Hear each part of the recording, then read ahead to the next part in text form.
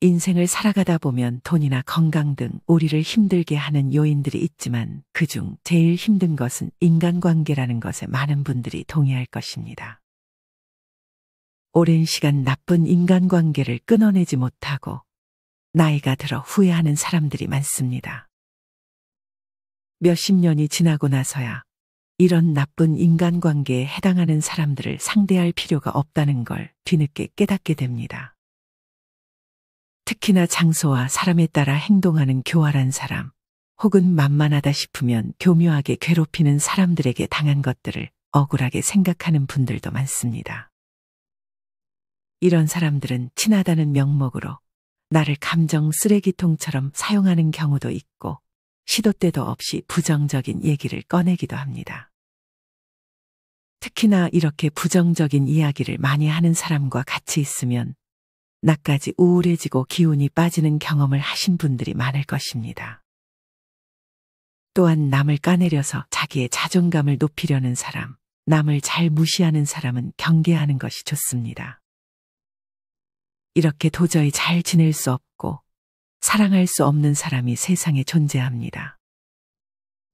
나쁜 관계를 끊어내는 것은 매우 중요합니다. 나쁜 관계 때문에 종종 우리는 좋은 관계를 놓치기도 합니다. 나쁜 관계에 해당하는 사람은 나를 자기에게 종속시키려 하기 위해 좋은 사람을 흉보고 나를 좋은 사람들과 떼어내려고 하기 때문입니다. 이렇게 나를 종속시키려 하는 사람은 교묘하게 내 심리를 이용해서 자기의 목표를 이루려 합니다. 우리는 이런 사람들의 의도를 파악하고 그에 맞게 대응해야 합니다. 그 전에 우리는 우리 자신이 왜 나쁜 관계를 끝내지 못하는지 그 이유를 먼저 알아야 합니다. 남을 아는 것도 중요하지만 그 전에 나를 아는 것이 매우 중요합니다. 첫 번째 이유는 매몰 비용의 오류 때문입니다. 매몰 비용의 오류는 사실 경제학에서 쓰이는 단어입니다. 매몰 비용의 오류란 현재 진행하고 있는 일을 계속할 경우 미래에 발생할 이득이 크지 않거나 오히려 손실이 발생할 것을 알고 있음에도 불구하고 과거에 투자한 비용이 아까워서 일을 중단하지 못하는 일련의 행동을 의미합니다. 이 말을 인간관계로 가져오면 내가 앞으로 이 친구를 만나도 별로 기쁠 것 같지 않지만 이제껏 이 친구와 보낸 시간이 아까워서 관계를 끊어내지 못하게 되는 것입니다. 대개 이런 오래된 관계를 끊지 못하는 이유가 여기에 있습니다. 이렇게 오래된 관계를 끊지 못하는 것은 사실 여러분의 잘못이 아니라 자연스러운 인간의 본성에 가깝습니다. 하지만 할 수 있다면 우리는 이 오류에서 벗어나야 합니다. 본성을 따라가는 것이 아니라 본성을 역행해야 합니다. 그래야 우리는 미래에 더 행복하고 자유로운 삶을 살 수 있게 됩니다. 두 번째 이유는 자존감이 낮기 때문입니다. 자존감이 낮은 사람들은 특히나 나쁜 인간관계에 끌려다니게 될 가능성이 높아집니다. 자신이 자신을 별로라고 생각하기 때문에 괜찮은 사람이 자신에게 다가올 이유가 없다고 지레 짐작하는 것입니다. 자존감이 낮은 사람들은 대부분 자기 주변에 나쁜 인간관계가 있다는 것을 인지하지만 이 관계마저 정리하게 되면 끝없이 자신을 낮추며 혼자 남겨졌을 때 큰 두려움을 마주하게 됩니다. 이렇게 혼자 남겨지게 되는 두려움으로 나쁜 인간관계를 끊어내지 못하게 되는 것입니다. 마지막 이유는 소시오패스의 특성을 잘 이해하지 못했기 때문입니다. 소시오패스는 자신의 목적 달성을 위해 수단과 방법을 가리지 않고 나쁜 짓을 저지르며 이에 대해 전혀 미안함이나 양심의 가책을 느끼지 않는 사람을 말합니다. 특히나 이 소시오패스의 특징 중에 하나는 교묘하게 다른 사람을 조종하고 기만한다는 것입니다. 나를 위하는 적 자신의 목표를 위해 나를 전략적으로 이용하려는 것입니다. 정말 잘못 걸리면 소시오패스의 의도를 파악하지 못하고 점점 이 사람을 믿게 되고 이 사람의 말을 따르게 되는 것입니다. 이렇게 따르는 기간이 길어지면 이미 소시오패스에게 길들여져 다시는 벗어나지 못하게 될 수도 있으니 큰 주의가 필요합니다. 이렇게 나쁜 인간관계를 끊어내기 위해서는 먼저 나를 알고 상대의 숨겨진 의도를 잘 파악하는 것이 중요합니다. 사람의 심리가 어떻게 흘러가는지 이해하고 이 이외에도 우리는 나쁜 인간관계를 구별할 줄 알아야 합니다. 의심이 과한 것은 좋지 않지만 그래도 어느 정도 사람에 대해 비판적인 태도를 유지하는 것이 좋습니다. 그래야 상대의 숨겨진 의도를 파악할 수 있게 됩니다. 앞서 우리는 왜 우리가 나쁜 인간관계를 끊어내지 못하는지 나 자신의 관점에서 그 이유를 알아봤습니다. 이제는 상대를 알아볼 차례입니다. 우리가 끊어내야 할 인간관계는 여럿이 있지만 그 중에서 교활한 사람, 계산적인 사람의 특징을 파악하고 이것을 통해 여러분의 나쁜 인간관계를 정리하는 계기가 되었으면 좋겠습니다. 첫째로 교활한 사람들은 다음과 같은 특징을 가지고 있습니다. 이런 사람들은 처음에는 친절하고 상냥하게 다가옵니다. 그러다 나도 호의를 보이면 그때부터 다른 사람의 이야기를 나쁘게 꾸며서 진짜인 척 뒷담화를 하기 시작하고 만약 자신에 대해 비판하거나 나쁘게 말했다는 얘기를 들으면 그 사람을 미워하기 시작합니다. 또한 다른 사람을 칭찬하는 것에는 인색하고 남을 깎아내리는 것을 좋아합니다. 특히나 직장에서도 이런 사람이 한 명쯤은 존재합니다. 처음에는 착한 척, 잘해주는 척 하다가 본색을 드러냅니다. 흔히 간을 본다고도 합니다. 한 사람 한 사람 다 찔러보고 만만한 사람에게는 함부로 하고 자기보다 세 보이면 친한 척하는 것입니다. 일도 편한 것만 하려 하고 쉬운 일은 열심히 하는 척하곤 합니다. 이렇게 교활하고 야가 빠진 사람들은 질투 또한 많습니다. 이런 질투를 잘 컨트롤하지 못하기 때문에 상대를 무너뜨리려고 교활한 수법을 쓰게 되는 것입니다. 이게 끝이 아닙니다. 교활한 사람들은 잘못을 했을 때 사과를 안 하고 변명하기 바쁩니다. 어떻게든 자기 잘못에서 벗어나기 위해 노력합니다. 교활한 사람들은 한치 흐트러짐 없이 자신이 정한 목적을 향해 나아갑니다. 상대방이 눈치채지 못하게 방법을 바꿔가면서 속입니다.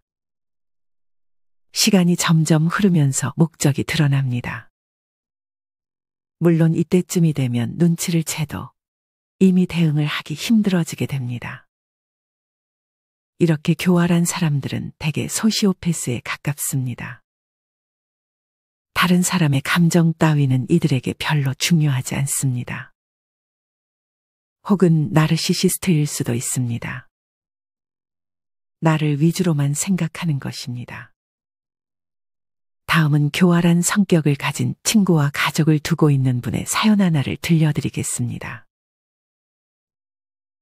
저도 이 유형에 속하는 사람을 얼마 전 손절했어요. 한쪽은 가족, 한 사람은 친구인데 손절하고 나니 너무 상쾌하고 편했어요. 제가 정신과에 다니고 있는데 저는 거절을 잘 못하는 성격이에요. 손절한 가족과 친구가 이런 저희 심리를 교묘하게 이용하고 있더라고요. 물론 저도 잘못이 있어요. 제 잘못이 가장 큰 것 같아요. 가족의 경우엔 외롭다고 해서 다시 만났고 다시 저를 찾아줘서 고마워서 만났지만 계속 저 혼자 이용당하는 느낌이 들었고 여러 번 큰 사건이 있음에도 용서해줬어요. 그러다 보니 이번에도 그냥 잠수로 일관하고 사과하지 않고 있어요. 저러다 말겠지 하면서요. 중요한 건 엄마를 포함한 언니, 형부 다 같이 살다 보니 저 혼자 이상한 사람이 된 것 마냥 떨어져 있어요. 당분간 그들과 연락 안 하려고요. 서로의 잘못을 떠나서 좀 생각하는 시간을 서로 가져보는 것도 좋을 것 같아서요. 이처럼 지속적으로 상대가 나를 교묘하게 이용하고 있다는 느낌이 든다면 힘들겠지만 관계를 정리하는 것이 나를 위해 현명한 방법이 될 수 있습니다. 이뿐만 아니라 자신의 약점을 이용해 목적을 이루려는 사람도 경계하는 것이 좋습니다. 다음은 이와 같은 일을 당한 대학원생이 쓴 글입니다. 대학원 수업을 듣는데 몇 번 안 본 아주머니 학생이 자긴 영어를 잘 못하니까 자기 과제를 대신 해와달라고 웃으면서 부탁하는데 자신이 부족하니 내가 도와주는 게 당연한 거라고 생각하는 것 같던 모습이 아직도 안 잊혀집니다. 그 후로 자신의 약함을 무기로 사용하는 사람들이 너무 싫어졌습니다. 이렇게 자신의 약점으로 누군가에게 동정심을 자극하는 것도 교활한 사람들이 자주 이용하는 방법이니 주의하는 것이 좋습니다. 사실 누구나 이런 교활한 성격을 가지고는 있습니다. 단지 이것을 밖으로 표출하느냐, 속으로만 생각하느냐의 차이입니다. 종종 상황에 따라서는 이런 특성들이 불쑥불쑥 발현되기도 합니다. 나는 전혀 교활한 성격이라고 생각하지 않지만 주변에서는 나에게 교활한 면이 있다는 말을 들으면 적잖은 충격을 받기도 합니다. 이렇게 누구나 특정 상황에서는 잔꾀를 부리고 싶어 합니다. 하지만 여기서 주의해야 할 것은 이 잔꾀를 남을 기만하고 착취하는 데 사용하지 않는 것입니다. 반대로 잔꾀를 누군가를 기만하고 착취하는 데 사용하는 사람들은 반드시 경계해야 합니다. 이런 사람들은 상당히 교묘하게 행동하기 때문에 잘 구분하기 힘들 수 있습니다. 영화나 드라마를 볼 때 교활한 역을 맡은 연기자의 말이나 행동을 보면서 우리는 힌트를 얻을 수 있습니다. 보통 드라마에서 보여지는 교활한 사람은 자신의 목적을 위해서라면 치밀함은 물론 뛰어난 인내력에 혀를 내두를 정도입니다. 또한 교활한 사람들은 일관된 목표가 있고 그것을 이루기 위해 정말 부단히 꾸준하게 노력합니다. 이런 사람들을 구별하려면 상대가 잘못을 저질렀을 때 사과를 하는지 변명을 하는지 파악하는 것이 좋습니다. 만약 변명을 한다면 왜 저런 변명을 하는지 생각해보고 무엇을 얻고자 그런 변명을 하는 건지 파악하는 연습이 필요합니다.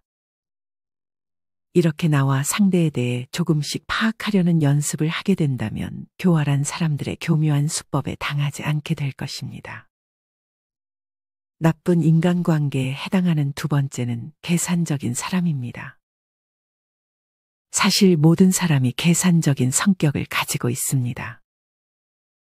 누구나 손해를 보고 싶지 않다는 마음을 갖는 것은 자연스러운 마음입니다. 법륜 스님 또한 계산할 줄 아는 것이 좋다고 말했습니다.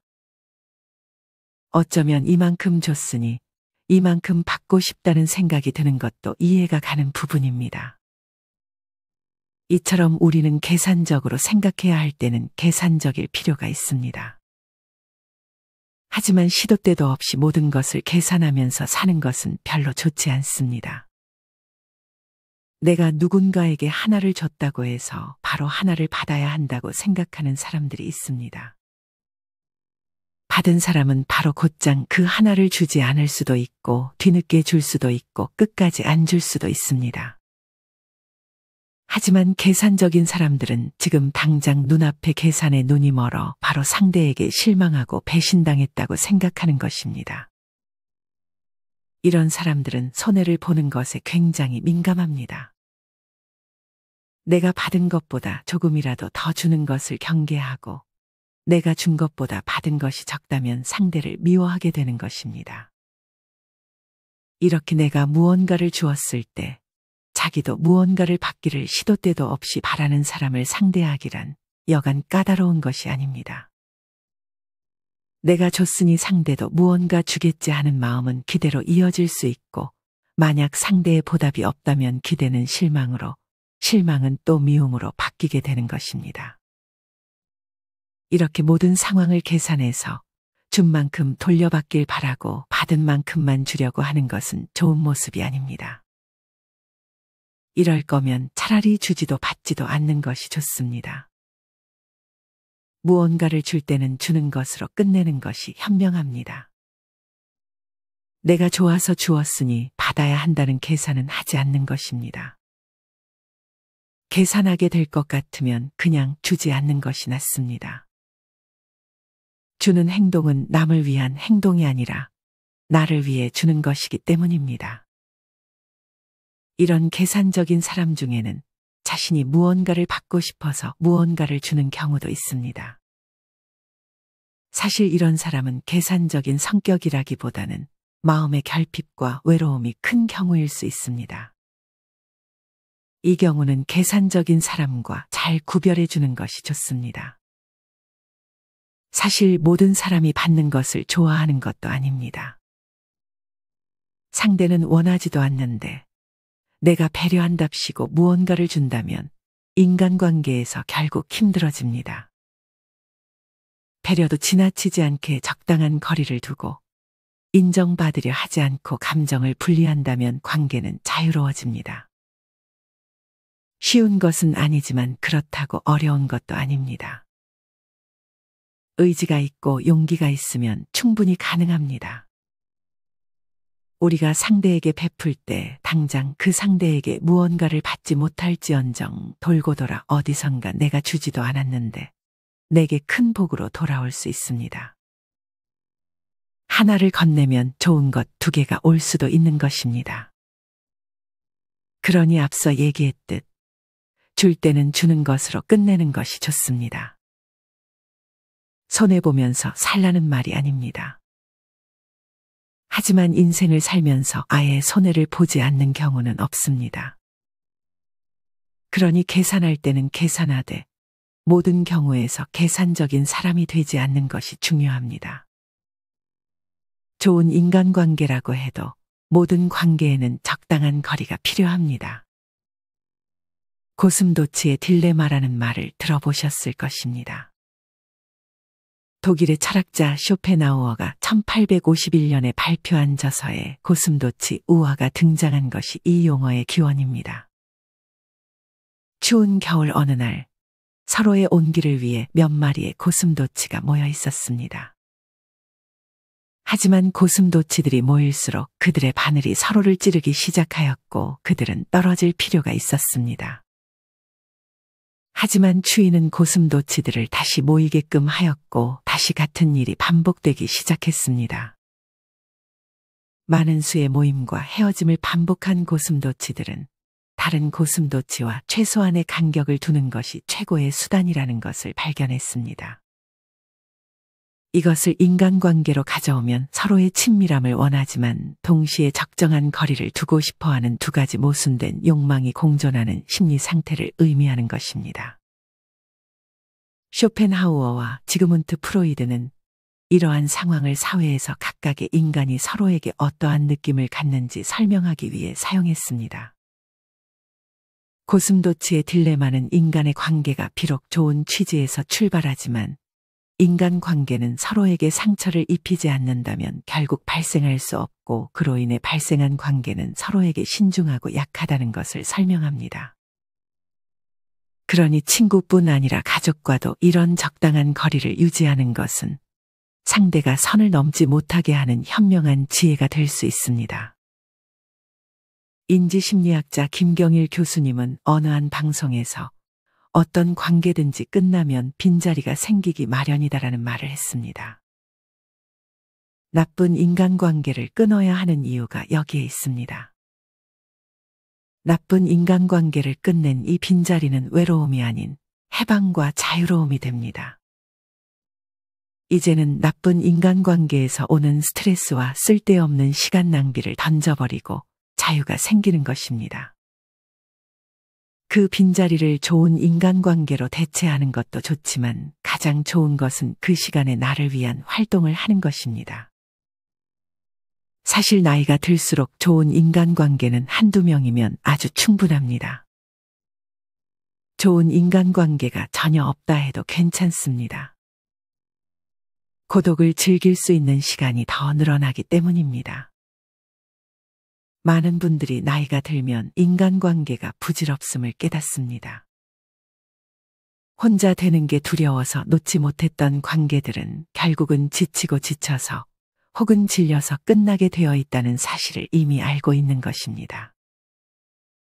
관계가 끊어진 후에 느낀 점은 왜 진작에 끊어내지 못하고 시간 낭비, 감정 소모를 했을까 싶을 정도로 홀가분하고 후련한 감정을 느끼게 될 것입니다.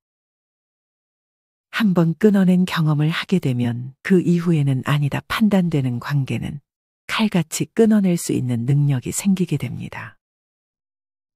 이처럼 나쁜 인간관계에서 얼른 벗어나 자기가 이제껏 생각만 하고 아직 해보지 못했던 경험들을 얼른 하시길 바랍니다. 취미가 될 수도 있고 여행이 될 수도 있습니다. 인생은 꽤 빠르게 흘러갑니다. 나중에 하게 되면 정말 나중이 되었을 때 후회만 가득한 여생을 보내게 될 수도 있습니다. 오늘은 나쁜 인간관계를 주제로 내가 나쁜 관계를 왜 정리하지 못하는지, 나쁜 인간관계에 속하는 사람들은 어떤 특징이 있는지, 그에 따른 대처법은 무엇인지에 대해 이야기를 드렸습니다.